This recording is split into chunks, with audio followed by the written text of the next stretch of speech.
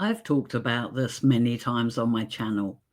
Well, one of the biggest fears for new writers actually deciding to write a book is that even if they wrote it, what if nobody read it? What if nobody enjoyed it?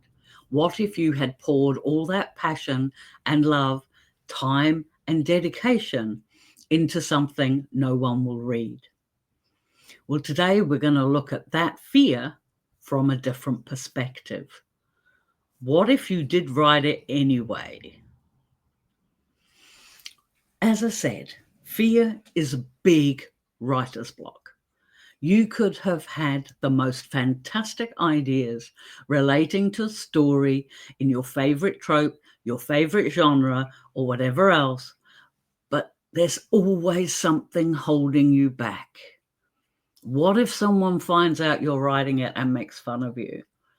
What if you actually write it, self-publish it, which is now so much more easy than it was 20 years ago? What if you put that book out there and everybody hates it? You can already feel your soul and your creative muse shriveling up inside, and you don't want to put those words on the page. That fear is holding you back.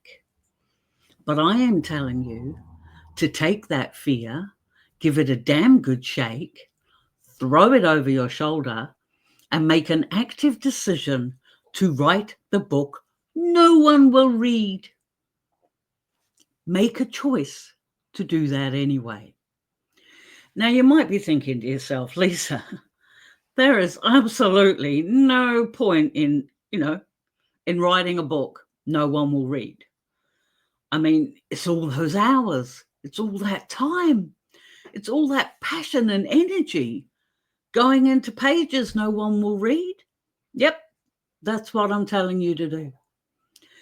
I'm telling you, if the fear of what your readers or family or whoever else is holding you back from telling the stories that are lurking inside, then write from the perspective that no one will read it at all.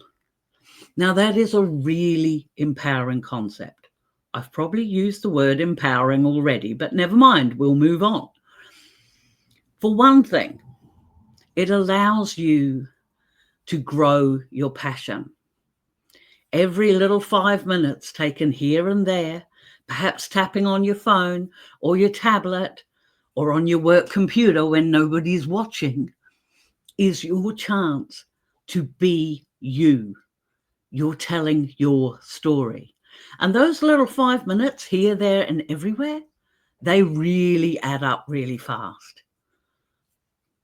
The second thing, that when you're writing a story, you don't intend anybody to read. You can write it exactly as you like. First person, third person, second person, whatever. Who cares? It doesn't matter.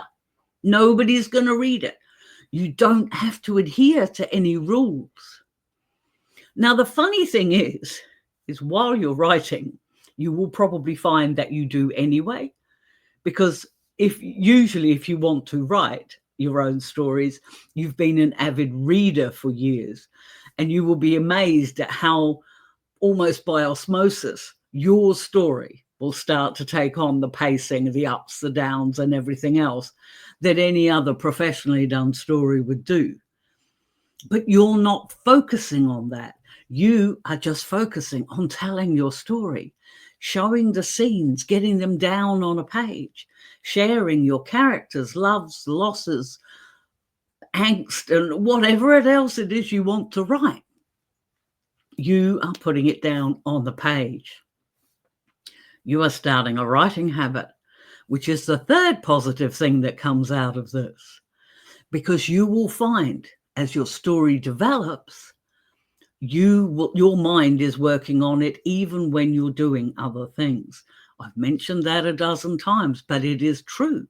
And when you start getting words down, you will find that for yourself. You will find yourself sneaking off and maybe pulling up your file on your phone and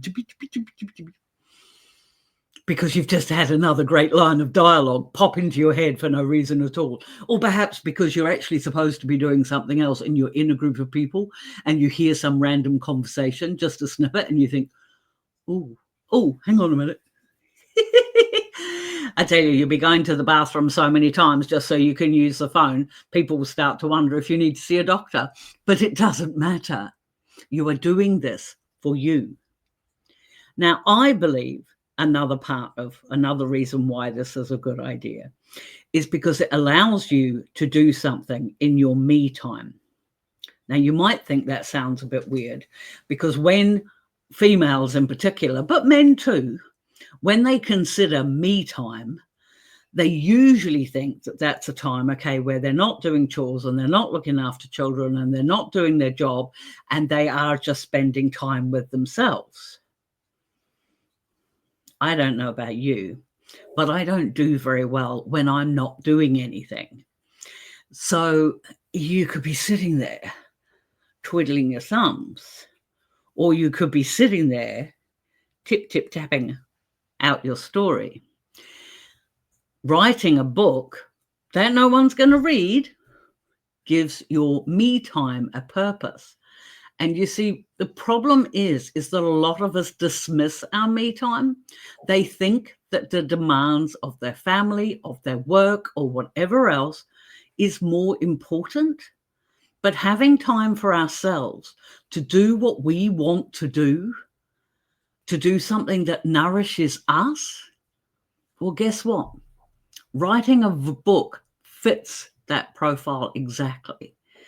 And not only that, but because a book is something, the book you're writing is something that keeps ticking on in the back of your mind, you will be more inclined to want to go for it.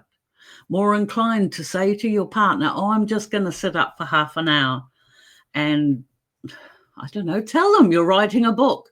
They might laugh, but who cares? Just don't get drawn in when they start asking you about what's it about. Remember, you're not looking for critique. You are writing the book that no one will read except you. And you see, all of this, whether you do it sneakily or whether you do it openly or whether you do it purely and simply because you're not a person who can sit there and twiddle your thumbs, but you can share that story that has been lurking inside for so long. You're sharing it with yourself. You're putting it down into a form. When you come to the end and you type that end, and then maybe you type ... or is it? I always love finishing my books that way. You will be able to sit back and realize you've done what you thought you couldn't do. I don't know quite what the statistics are, but it works out that something like in 100 people who want to write a book, only 10%, 10 of those people will start it.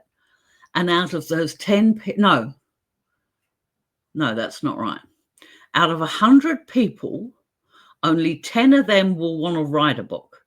And out of those 10, only one of them will start a book. And apparently, out of that, only 0.1% of people who actually want to write a book or who think about writing a book or whatever. Anyway, the percentage, I probably got that wrong, but the percentage of people who start a book and finish a book is minuscule compared to the number of people who talk about it but don't do it. Okay, so if the fear of somebody reading your book, of somebody giving you negative feedback, of somebody laughing at you or whatever, but particularly depending on your genre, if you're worried, then don't tell anybody and just write the book for you. Write the story that's inside yours, it's been burning a passion in your soul. Otherwise you would not have clicked on this video. And write it down. Finish it. And in that time, you will have learnt how to put your passion on a page. You will have had the dedication to see something through. You will have learnt the discipline of what it takes, because writing a book is hard work, but you will have gone through the discipline necessary to get those words on a page towards the end. And then when you reach that climax and you find that passion again, because you've gone through the exciting beginning bit, the murky middle bit, and then the climactic bit, and you come to the end, you get that awesome feeling that comes from having finished your book. Now, there might be some people who are thinking, Lisa, that's just a waste of time. If I'm writing it and nobody's going to read it, then why would I do that? I'm just wasting my time. And I'd ask you to please go back about roughly 3 to 5 minutes in this video and watch that bit again. Because that passion, that dedication, that purpose, that drive, that discipline, and that sense of accomplishment when you get to the end, bar of chocolate's not going to give you that, although I'll admit sometimes it comes close. But anyway, my friends, I know it sounds a bit silly. I know it sounds a bit weird. But you may write your first book and nobody might ever read it. That might be your secret little pleasure that you keep just for you. But that passion, that dedication, the time management, the discipline, and all the other things that go into book writing, well, you've already done it once and you know you could do it again. So maybe your second book or maybe your third. But once you get used to the book writing part of things, then I know that urge to actually start sharing those stories is just going to follow automatically, organically, and through with no pressure at all. Tell me your thoughts down below. Have you always thought about writing a book but always been too scared? Worried about what the neighbors would think? I know I do. Well, I don't actually, because I don't talk a lot to my neighbors. But after writing, I don't know, it's about 130 odd books. One day somebody will tell me in the comments. I think they did a couple of videos back, which was really sweet of them. Thank them. But I have written about 130 books so far. And yes, I do share all mine. But you see, when I do, I have a slightly different process to that, because when I put my books out, I give them, like I put one out. I had one go live, I don't know, about a week ago, I think. And I don't think about it once it's gone out. I put it out there. I pray with everything I am, fingers crossed, and all those things, that my readers will love it. But there's nothing I can do if they don't, because it's already gone out. But that's a totally separate video. That's a totally separate thing. For now, I just want you to get you writing, because I know you can do it. And when you're writing for yourself, you're not worried about if you're using the right dialogue, or if you're using too many dialogue tags, or if you've got too many M dashes, which is apparently a thing, but God knows why. I use a heap of them. You don't have to worry about any of the nonsense that you might have heard if you're writing for yourself. Write that book. Worry about everything later. But for now, write that book just for you, your own secret little project. And who knows, as I say, maybe the next one will be the one for public consumption. But don't stop yourself from writing just because you're afraid of what somebody else might say.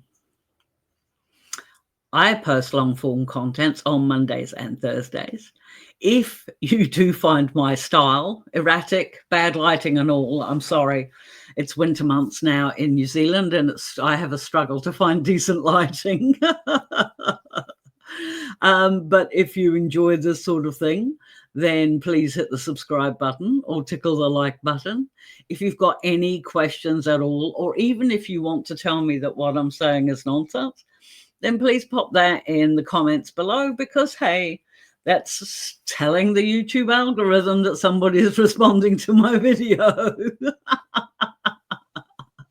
And in case you're wondering, you see this, I didn't realize this was still here. I've been learning to draw. And see, I would not normally share this for published consumption, but this is what I drew last night. Isn't it gorgeous? It's a little E.T. alien looking up at the stars and dreaming of home. There are so many stories I could write about that if I wrote alien stories, but I don't. But see, I can't draw for crap, but I'm sharing this with you. If I can learn something new at 63, then you can do, my friends. Now, at the risk of rambling, I'm going now. I'm leaving you alone. Please check out my other videos. If you've got questions and comments, please put them in the comment section below. And until I see you next time, keep writing, my friends, even if it's just for you. Bye.